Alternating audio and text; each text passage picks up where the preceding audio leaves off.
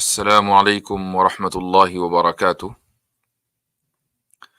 بسم اللہ الرحمن الرحیم، الحمد للہ رب العالمین، والصلاة والسلام علی سید الانبیاء والمرسلین وعلی آلہ وصحبہ اجمعین، اما بعد۔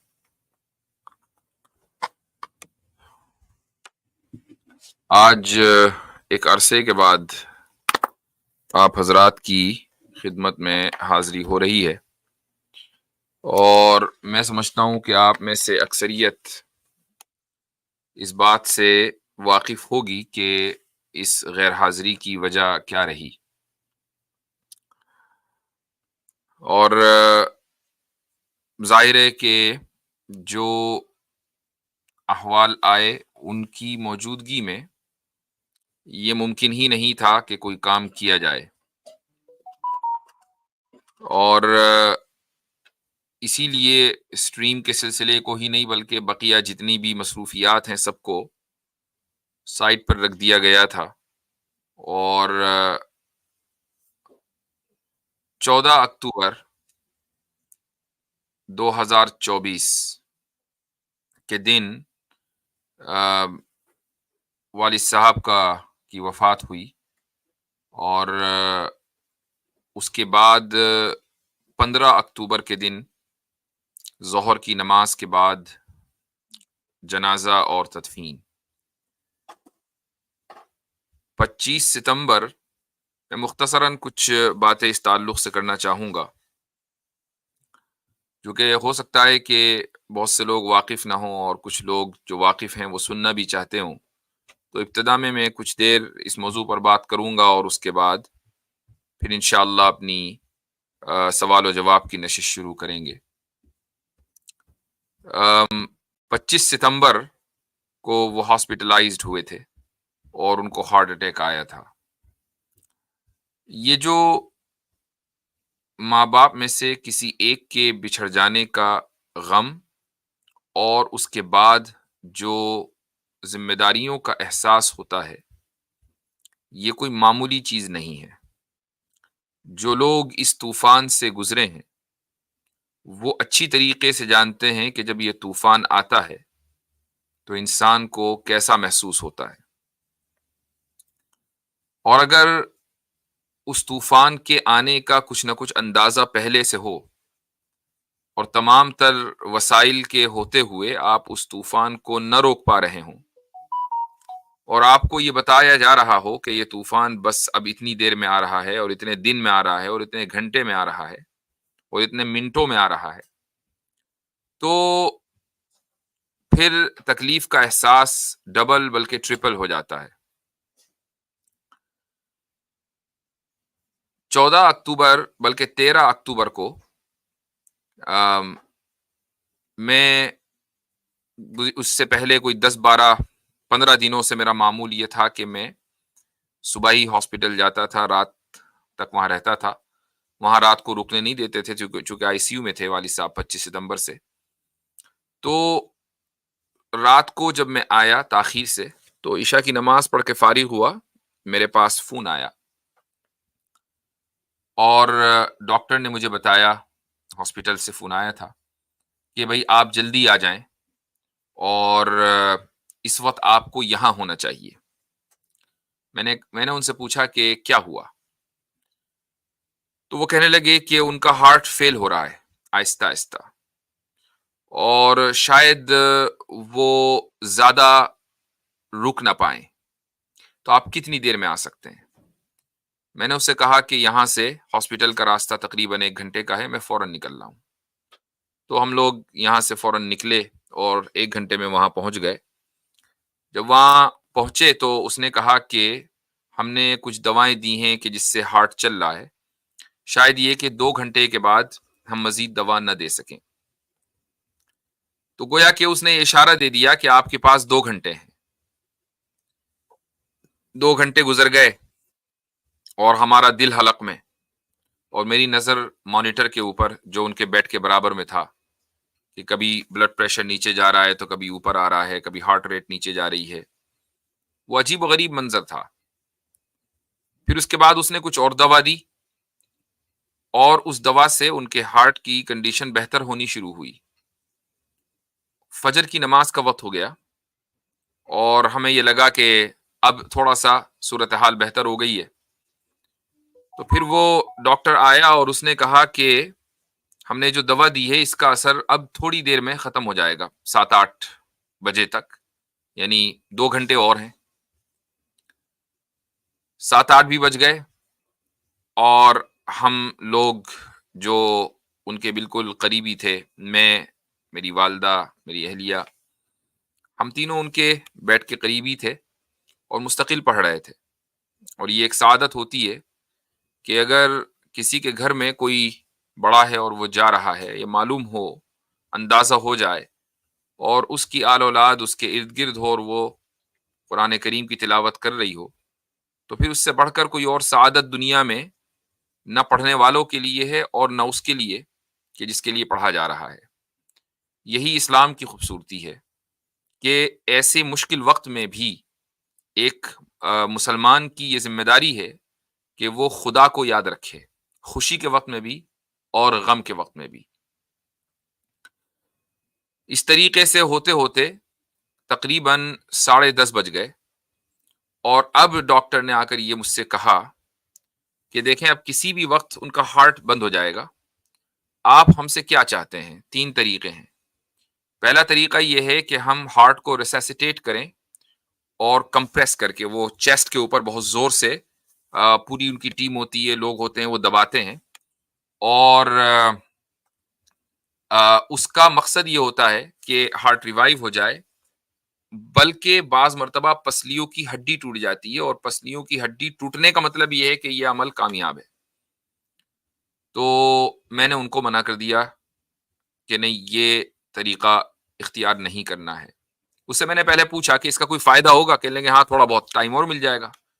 میں نے کہا نہیں، یہ طریقہ اختیار نہیں کرنا ہے. دوسرا، اس نے کہا کہ دوسرا طریقہ یہ ہے کہ ہم بجلی کا شاک دیتے ہیں، اس کا بھی مقصد یہی ہوگا کہ تھوڑی دیر ہارٹ اور چل جائے گا، چند منٹ یا چند لمحات یا 1-8 گھنٹہ اور. میں نے منع کر دیا کہ یہ طریقہ بھی اختیار نہیں کرنا ہے. تیسرا طریقہ یہ ہے کہ ہم تھوڑا سا دوائی دے کے دیکھ لیتے ہیں. میں نے کہا ٹھیک ہے، وہ آپ دوائی دے سکتے ہیں. اس کے بعد ان کا ہارٹ ایک دم بند ہوا، ہماری نظر مانیٹر کے اوپر تھی اور ہارٹ ریٹ 0 پر آ گئی. جب 0 پر آئی تو سائرن بجنے لگا، سب لوگ بھاگے. روم، ان کا ایک پروٹوکول ہے، ہم روم میں تھے اور انہوں نے دوا دی اور ہارٹ واپس آ گیا. وہ لوگ چلے گئے. 5-10 منٹ کے بعد پھر ایسا ہی ہوا کہ ہارٹ رک گیا، اب کے بغیر دوا کے خود واپس آ گیا. پھر 10-12 منٹ کے بعد ہارٹ رک گیا. اب آپ یہ تصور کریں کہ جس شخصیت کی آپ سرپرستی میں یا جس کے سائے تلے، سائبان کے تحت آپ پلے بڑھے ہیں، وہ آپ کے سامنے ہے، وہ آپ کے سامنے لیٹا ہے بستر مرگ پر، اور دنیا کی بہترین ٹیکنالوجی وہ آپ کے بس میں ہے اور بہترین ڈاکٹرز وہاں موجود ہیں. ایک ڈاکٹر نہیں، 35 ڈاکٹروں کی ٹیم ہے پوری، کہ جو اس مکمل صورتحال سے واقف ہے شروع سے لے کر آخر تک. اور وہ بے بسی انسان کی اللہ سبحانہ و تعالیٰ کے فیصلے کے سامنے. اور پھر آپ یہ دیکھ رہے ہیں کہ ابھی ہارٹ رکے گا رکے گا رکے گا، اور اس کے بعد پھر وہ اوپر جاتا ہے، پھر ہارٹ ریٹ رکتی ہے رکتی ہے رکتی ہے، پھر اوپر جاتی ہے.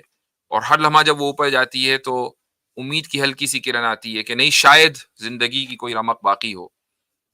یہ ایک ایسا تکلیف دہ اور بہت ہی زیادہ، سمجھ لیں کہ نہ بھلایا جانے والا ایکسپیرینس ہے، جو میں دعا کرتا ہوں کہ کسی کو نہ ہو. یوں تو موت برحق ہے اور ہر ایک انسان کو اس کا تجربہ ہوتا ہے کہ اس کا کوئی قریبی اس کو چھوڑ کر جاتا ہے. لیکن یہ جو صورتحال ہے کہ آپ دیکھ رہے ہیں اور پھر زندگی واپس آ رہی ہے، پھر وہ جا رہی ہے، پھر، اور آپ ہر لمحہ امید بڑھ رہی ہے، پھر ٹوٹ رہی ہے، یہ ایک بہت ہی تکلیف دہ اور صبر آزما مرحلہ تھا میرے لیے اور میرے اہل خانہ کے لیے. اور اس کے بعد پھر تقریباً 11 بج کر، جب آخر میں جب ہارٹ رکا اور 10 منٹ تک واپس نہیں آیا، تو ڈاکٹر نے مجھ سے کہا کہ بھائی آپ مجھے کہیں تو میں ڈیتھ پرناؤنس کر دوں. تو میں نے اس سے کہا کہ نہیں، آپ ایک اور ڈاکٹر کو بلائیں. 2 ڈاکٹرز جب اس کو چیک کریں گے باڈی کو اور دیکھیں گے، پھر دونوں مل کر گواہی دے دیں اور ڈیتھ پرناؤنس کر دیں. تو اس نے دوسرے ڈاکٹر کو بلایا. تقریباً آدھے گھنٹے کے بعد ان کی ڈیتھ پرناؤنس ہوئی. تو یہ آخری ان کے چند لمحات تھے. بہت سے لوگ یہ کہتے ہیں کہ بھائی آخر مجھ سے سوال کیا انہوں نے کہ بھائی امریکہ میں تھے، اتنی زبردست ٹیکنالوجی وہاں موجود ہے، ہاسپٹلز ہیں، ڈاکٹرز ہیں، آخر ایسا کیا ہوا کہ ہارٹ اٹیک تو دنیا میں ہر ایک بہت کامن سی چیز ہے، بائی پاس ان کا ہونا تھا، بہت کامن چیز ہے. تو میں مختصراً بتا دوں کہ جب لوگ ڈاکٹروں کو یہ پتا چلا کہ ان کو ہارٹ کا مسئلہ ہے، تو ان کو یہ بھی پتا چلا کہ ان کا دل صرف 15% کام کر رہا ہے، اور 15% کام کرنے کے ساتھ ساتھ اگر بائی پاس ہو تو وہ بہت ہائی رسک سرجری مانی جاتی ہے، اور وہ رسک ہمیں لینا پڑا چونکہ سرجری نہ کرانا اس سے زیادہ رسکی تھا. بس یہ اللہ تعالیٰ کی مرضی ہے، دنیا کے اسباب کی کوئی حقیقت نہیں ہے. ایسے موقع کے اوپر اللہ تعالیٰ کی قدرت سامنے آتی ہے کہ آپ ایک ایسی جگہ پر ہیں کہ جس جگہ سے بہتر کوئی علاج دوسرے ہے نہیں، اویلیبل نہیں ہے. وہ ڈاکٹرز ہیں جو سرجری میں ماہر ہیں، جن کے 35 سال کے تجربے ہیں، اور ایک ڈاکٹر نہیں ہے، 35 ڈاکٹر ہیں. اور بہت سارے ڈاکٹروں سے میں ذاتی طور پر مشورہ کر رہا ہوں، مقامی طور پر نہیں، عالمی طور پر مشورہ کر رہا ہوں. اس کے باوجود چونکہ قضا آنی تھی تو وہ آئی. ایک انسان کی زندگی جتنی اللہ سبحانہ و تعالیٰ نے لکھ دی ہے، اس سے نہ ایک لمحہ پہلے نہ ایک لمحہ بعد. لا یستأخرون ساعۃ ولا یستقدمون، یہ قرآن کریم کا اعلان ہے، اور ہمارا اس کے اوپر ایمان ہے.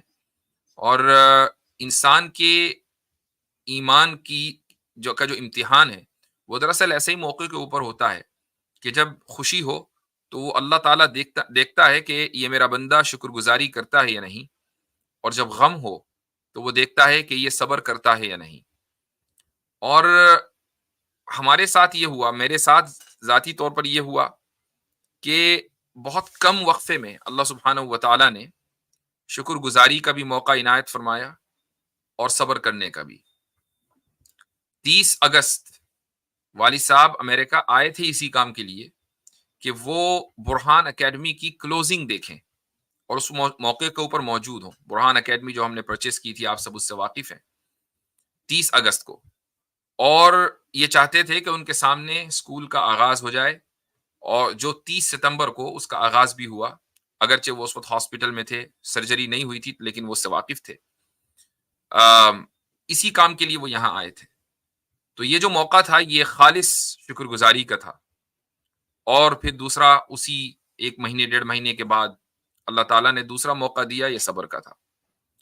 تو اللہ تعالیٰ ان دونوں ہی چیزوں کو قبول فرمائے اور اس مشکل وقت میں ہمیں ثابت قدمی نصیب فرمائے.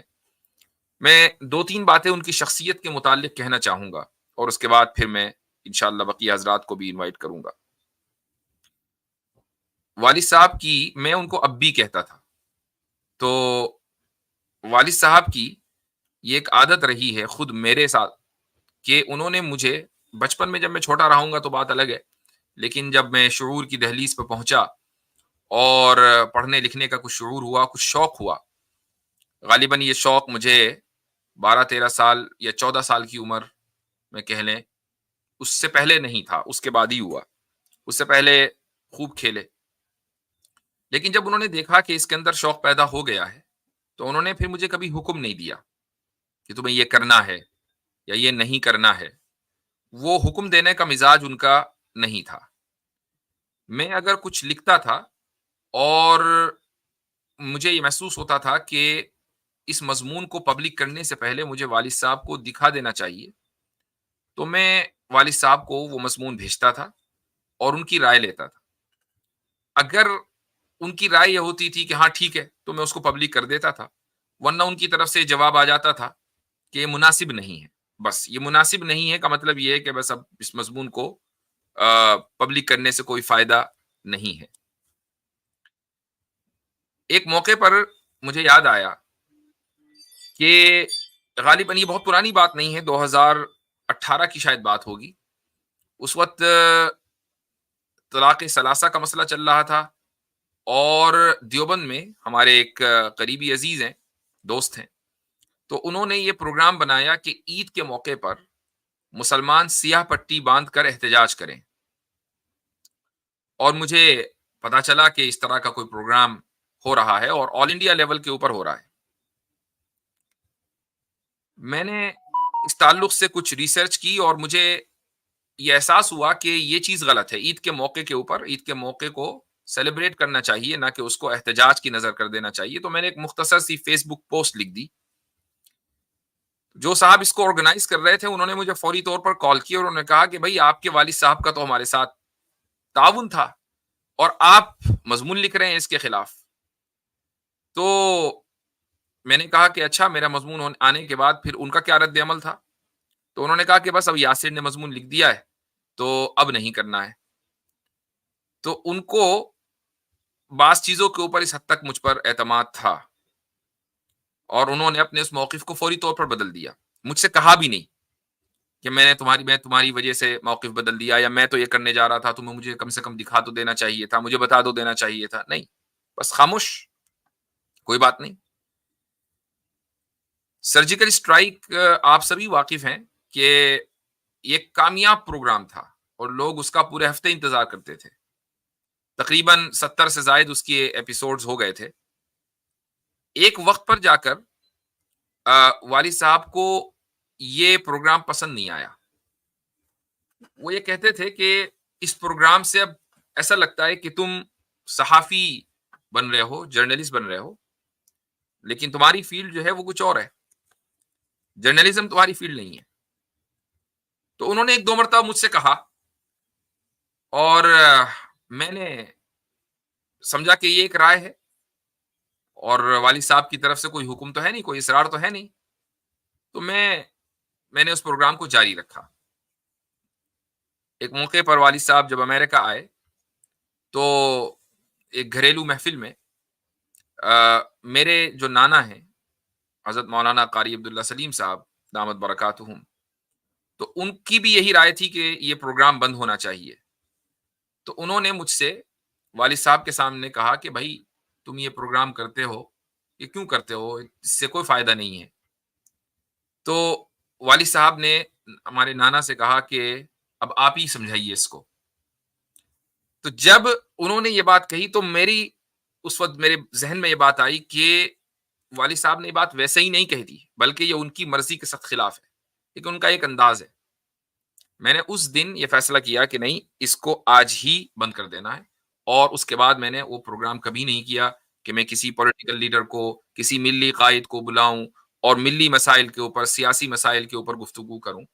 میں نے اپنے اس طریقے کو بدل دیا۔ اس کی جو برکت ہے، بڑوں کے فیصلے کے اوپر چلنے کی جو برکت ہے نا، وہ آج آپ دیکھ رہے ہیں کہ اللہ تعالیٰ نے پھر یہ چھوٹا موٹا جو کام ہے رد الحاد کے اوپر، یہ اسی وقت لیا کہ جب ادھر سے اللہ سبحانہ و تعالیٰ نے میرا ذہن بدل دیا اور مجھے یہ توفیق دی کہ میں اپنے بڑوں کے اس مشورے کے اوپر چلوں، تو رد الحاد کے موضوع کے اوپر کام کرنے کی توفیق ملی اور یہ کام سارا آپ کے سامنے آیا۔ اس موضوع کے اوپر اب ہزاروں ویڈیوز آ چکی ہیں اور دعا ہے کہ اللہ سبحانہ و تعالیٰ یہ کام مستقل کرنے کی توفیق دیتا رہے۔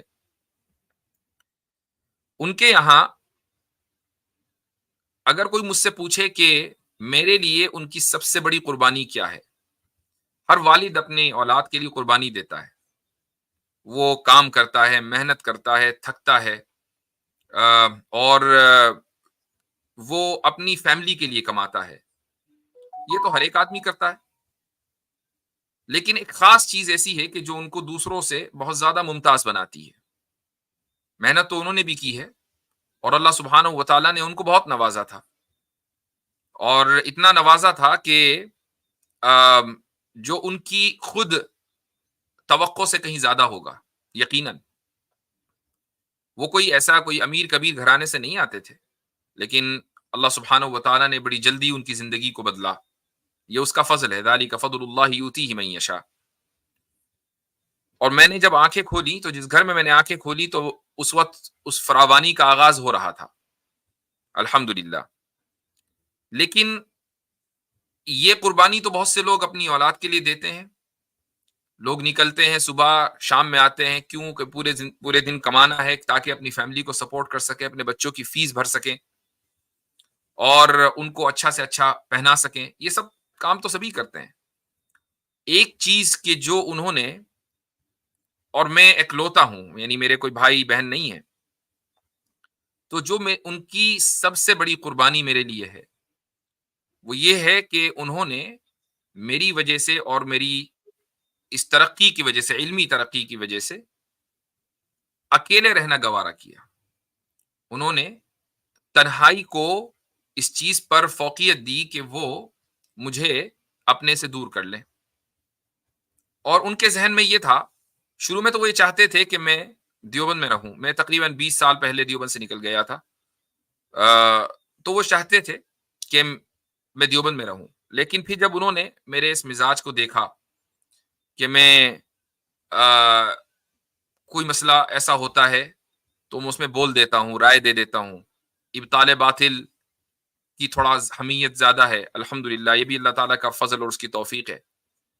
اور اللہ تعالیٰ نے تھوڑی غیرت سے نوازا ہے، تو مجھ سے یہ برداشت نہیں ہوتا کہ کوئی شخص رسول اکرم صلی اللہ علیہ وسلم کی شان میں گستاخی کرے اور پھر ہم خاموش رہیں، اور خصوصاً وہ اس لیول پر، میڈیا کے لیول پر کر رہا ہو. تو جب انہوں نے یہ چیز میرے مزاج کے اندر دیکھی تو انہوں نے کہا کہ بھئی تم جہاں ہو وہیں رہنا، یہاں آنے کی ضرورت نہیں ہے، اور تم وہاں بیٹھ کر زیادہ بہتر کام کر سکتے ہو. اور کبھی کبھی ایسا بھی ہوتا تھا، ظاہر ہے کہ وہ جب وہاں رہیں گے اور میں یہاں رہوں گا تو 1 سال 1.5 سال ملاقات نہیں ہوئی، اور میں تنہا ہوں، اکلوتا ہوں. ان کا اپنا کاروبار بھی ہے. اس کے باوجود انہوں نے اس چیز کو سوچا کہ ٹھیک ہے، وہ جو کام کر رہا ہے اس کو کرتے رہنا چاہیے، اس کی ترقی اسی میں ہے اور اس کی خوشی اسی میں ہے. یہ چیز عام طور سے، اور میں یہ بات گارنٹیڈ کہتا ہوں کہ اگر دارالعلوم دیوبند سے جب میں فارغ ہوا، وہ مجھ سے یہ کہہ دیتے کہ نہیں بس اب یہیں رہنے کی ضرورت ہے، تمہیں کہیں جانے کی ضرورت نہیں ہے، مجھے حکم دے دیتے کہ بھائی تمہارا یہ بزنس ہے، کاروبار ہے، تم اسی میں لگو اور مزید کچھ کرنے کی ضرورت نہیں ہے، پڑھنا پڑھانا ہو گیا، تو میں کیا کر لیتا؟ میں کچھ بھی نہیں کر سکتا تھا. اور آج ٹھیک ہے، ایک اچھی میری زندگی، اللہ تعالیٰ نے میری یہ زندگی آج بھی اچھی کی ہے، اس وقت بھی اچھی رہتی، لیکن یہ کام نہ کر رہا ہوتا. آج والد صاحب کے تعلق سے کل ایک صاحب نے مجھ سے یہ بات کہی کہ طلبہ چلتے ہوئے یہ کہتے تھے کہ یہ مفتی یاسر کے والد ہیں، تو وہ اس تعارف سے بڑے خوش ہوتے تھے. یہ اللہ تعالیٰ کا فضل ہے کہ جب میں بچپن میں دارالعلوم میں پڑھتا تھا تو میں جب میرا تعارف ہوتا تھا تو یہ کہا جاتا تھا کہ یہ مولانا ندیم الواجدی کا لڑکا ہے. لیکن 20 سال کے بعد وہ تعارف کچھ اور ہو گیا سوشل میڈیا کی بدولت. لیکن باپ وہی ہوتا ہے نا، باپ تو باپ ہے، تو اس کو یہ خوشی ہوتی ہے کہ اس کا تعارف اس کی اولاد کے ذریعے ہو رہا ہے. تو وہ کہتے تھے کہ دیکھو یہ میرا تعارف اس طرح کرا رہے ہیں کہ میں اس کا والد ہوں، اور بڑے اس سے وہ خوش ہوتے تھے. تو یہ جو چیز ہے، ان کی جو قربانی ہے، اس قربانی کا کوئی بدل نہیں ہے، اور اس کا جو اثر ہے وہ بہت ہی انشاءاللہ دیر پا بھی ہے اور ہمگیر بھی ہے. دیوبند میں اگر میں رہ رہا ہوتا اور تجارت میں لگ جاتا تو نہ کوئی ویڈیو آتی، نہ کوئی اس تعلق سے کتاب آتی، نہ کوئی کورس ہوتا، نہ ملحدین کے ساتھ مناظرے ہو رہے ہوتے، نہ فرق باطلہ، بلکہ فرق باطلہ نہیں، ادیان باطلہ کے تعلق سے کوششیں ہو رہی ہوتی. ایسا کچھ نہ ہو رہا ہوتا. لیکن اللہ تعالیٰ نے ان کو ہمت دی کہ وہ تنہا رہیں، اور اللہ تعالیٰ نے پھر اس کے بعد ان کے اوپر اور مجھ پر یہ فضل کیا کہ اس کام میں لگا دیا. تو یہ ایک بہت بڑی چیز ہے، ان کی یہ قربانی. اس کا اثر صرف میری ذات تک نہیں ہے بلکہ اس کا اثر ہمگیر ہے. اس قربانی کا جو نتیجہ یہ تو آپ دیکھ ہی رہے ہیں. دوسرا نتیجہ یہ نکلا حال فی الحال میں کہ اللہ تعالیٰ نے ہمیں ایک بہت بڑی اپرچونٹی اور بہت بڑے موقع سے نوازا، اور وہ ہے برہان اکیڈمی. کہ اس طرح کے اسکول کو خرید لینا اور اس کو پھر شروع کرنا یہ امریکہ جیسی جگہ میں آسان نہیں ہے، لیکن اللہ تعالیٰ کا یہ فضل ہے کہ ان کی دعاؤں، والدین کی دعاؤں، اور بھی بہت سے لوگوں نے دعائیں کی ہیں، ان کی بدولت اللہ تعالیٰ نے یہاں تک پہنچایا۔ جب ان کا انتقال ہوا تو مان بعد مجھے خیال آیا کہ اب یہ میری ذمہ داری ہے کہ میں ان کے لیے صدقہ جاریہ بنوں اور ان کے لیے کوئی ایسا کام کروں کہ جو ان کے لیے صدقہ جاریہ ہو، ثواب جاری ہو۔ تو برہان اکیڈمی کی ایک بلڈنگ ہے، اچھی خاصی بڑی ہے ماشاءاللہ، تو اس کا ہمارے پہلے سے ارادہ تھا ہم لوگوں کا کہ اس کو ہم ایک مسجد میں کنورٹ کریں گے۔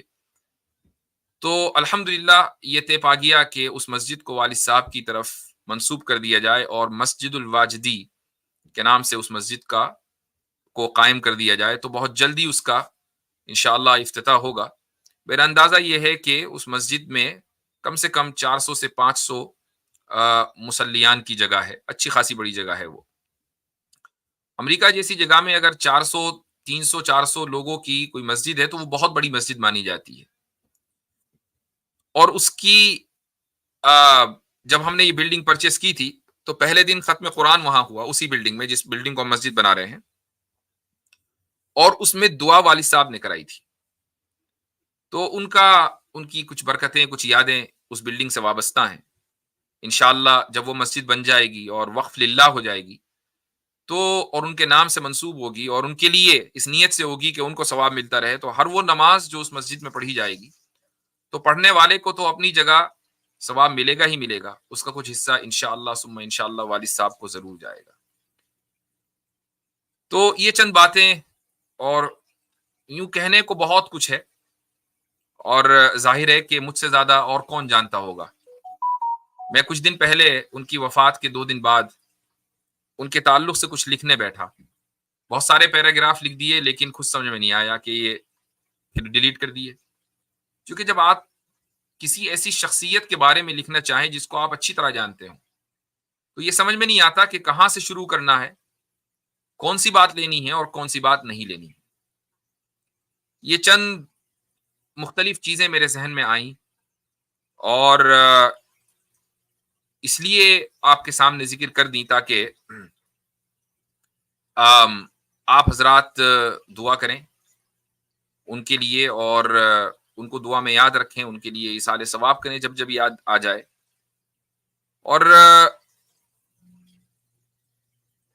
میرے لیے بھی آپ حضرات دعا کریں کہ اللہ تعالیٰ مجھے صبر اور استقامت عطا فرمائے اور ان کے چھوڑے ہوئے کاموں کی تکمیل کی توفیق عطا فرمائے۔ ان کا جو آخری کام تھا، انہوں نے اپنی زندگی میں بہت لکھا ہے، تقریباً ان کی مطبوعہ اور غیر مطبوعہ کتابوں کی تعداد 50 سے زائد ہے،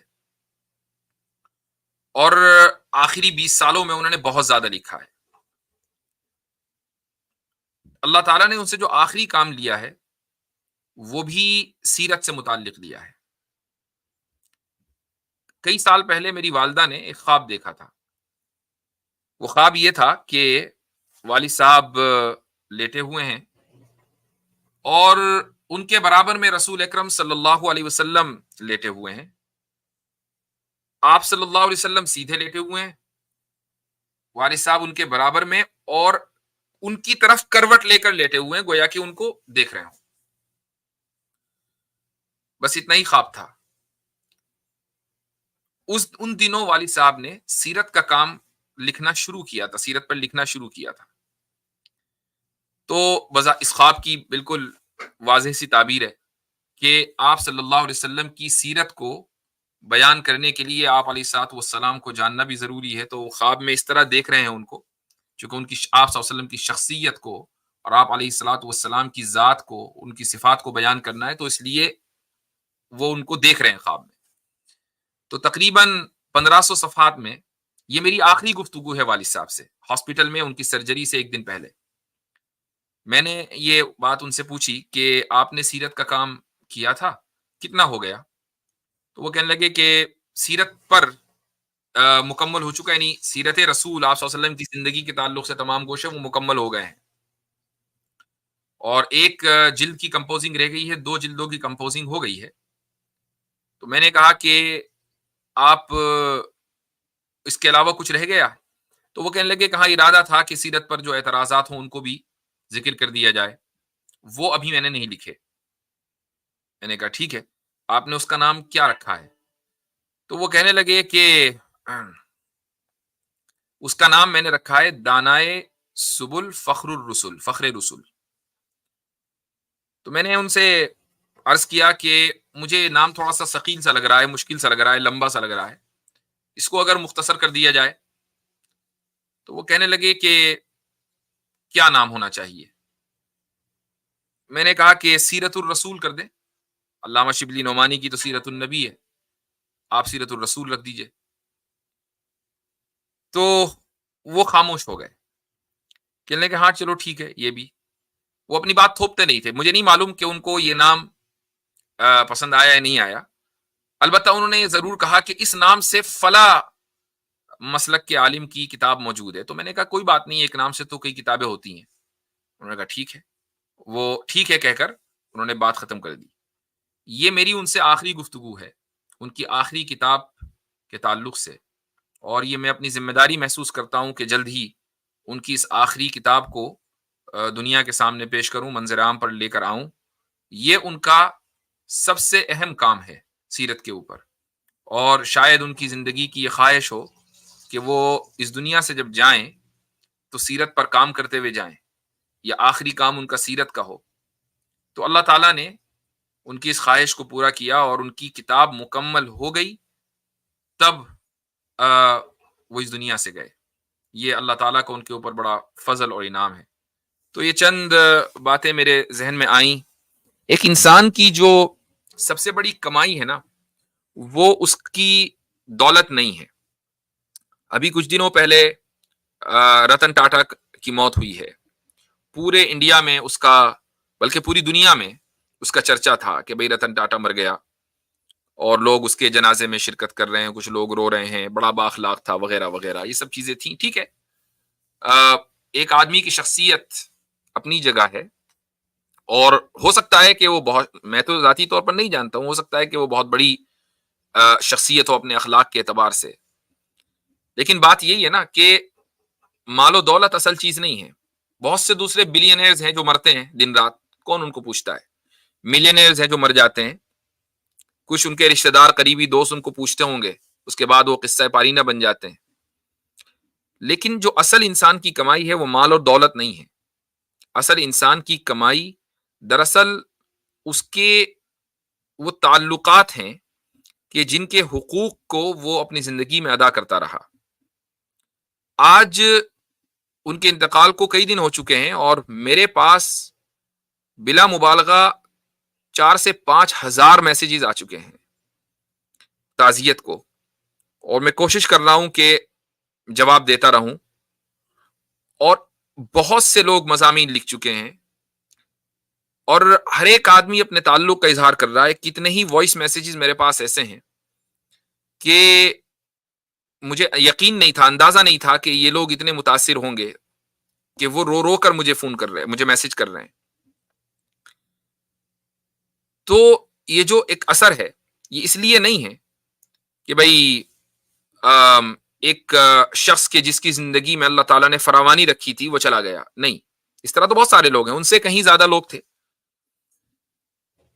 یہ اثر اس لیے ہے کہ انہوں نے اپنی زندگی میں جو سب سے زیادہ اہم چیز کمائی وہ تعلقات تھے، کہ وہ جس طبقے کے ساتھ اٹھتے بیٹھتے تھے وہ اس طبقے میں گھل مل جاتے تھے۔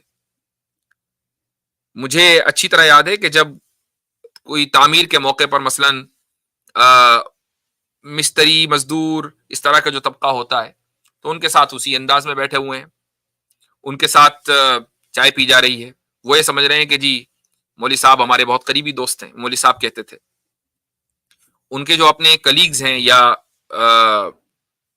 مثلاً کتب خانے کے جو بزنس میں جو لوگ ہیں، ان کے ساتھ اگر بیٹھے ہوئے ہیں تو اسی انداز سے بات کر رہے ہیں، علماء کے ساتھ بیٹھے ہیں تو اسی انداز سے بات کر رہے ہیں، اپنے شہر کے دوست احباب کے ساتھ بیٹھے ہیں تو اسی انداز سے بات کر رہے ہیں، بچوں کے ساتھ وہ بچے بن جاتے تھے۔ یہ چیز ایسی ہے، ایسا وصف ہے کہ جس نے ہر آنکھ کو اشک بار کیا ہے کہ جب ان کو یہ پتا چلا، لوگوں کو یہ پتا چلا کہ ان کی وفات ہوئی ہے۔ تو یہ قصہ، یہ چیزیں میں نے آپ کو اس لیے بتائیں تاکہ ہم سب لوگ اس کے اوپر عمل کریں. جانے کے بعد لوگ پیسے ضرور گنیں گے لیکن وہ رشتہ دار ہوں گے. اعمال اللہ سبحانہ و تعالیٰ کے یہاں گنے جائیں گے اور تولے جائیں گے، اور انسان کی اہمیت اس پیسے سے نہیں ہوگی جو وہ پیسہ پیچھے چھوڑ کر گیا ہے، جو جائیدادیں وہ چھوڑ کر گیا ہے. انسان کی اہمیت اس کے جانے کے بعد دراصل اس کے اخلاق اور اس کے کردار اور اس عمل سے ہوگی جو اس نے امت کے لیے کیا ہے. تو اللہ تعالیٰ نے ابی کو یہ موقع دیا کہ وہ 50 سے زائد کتابیں لکھ کر چلے گئے اور ایک بہت وسیع حلقہ چھوڑ کر گئے ہیں.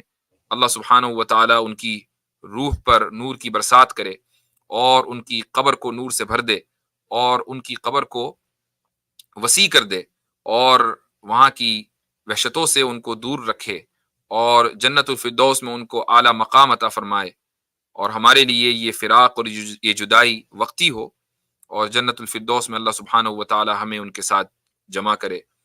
یہ چند باتیں تھیں جو میں آپ حضرات کے ساتھ شیئر کرنا چاہتا تھا.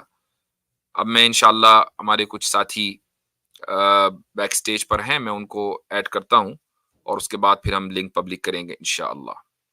مفتی عبداللہ منہاج صاحب،